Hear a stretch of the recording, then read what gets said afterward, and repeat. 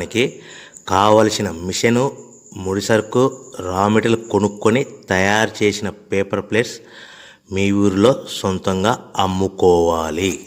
Hydraulic double die బఫెట్ full sheet paper plate making machine.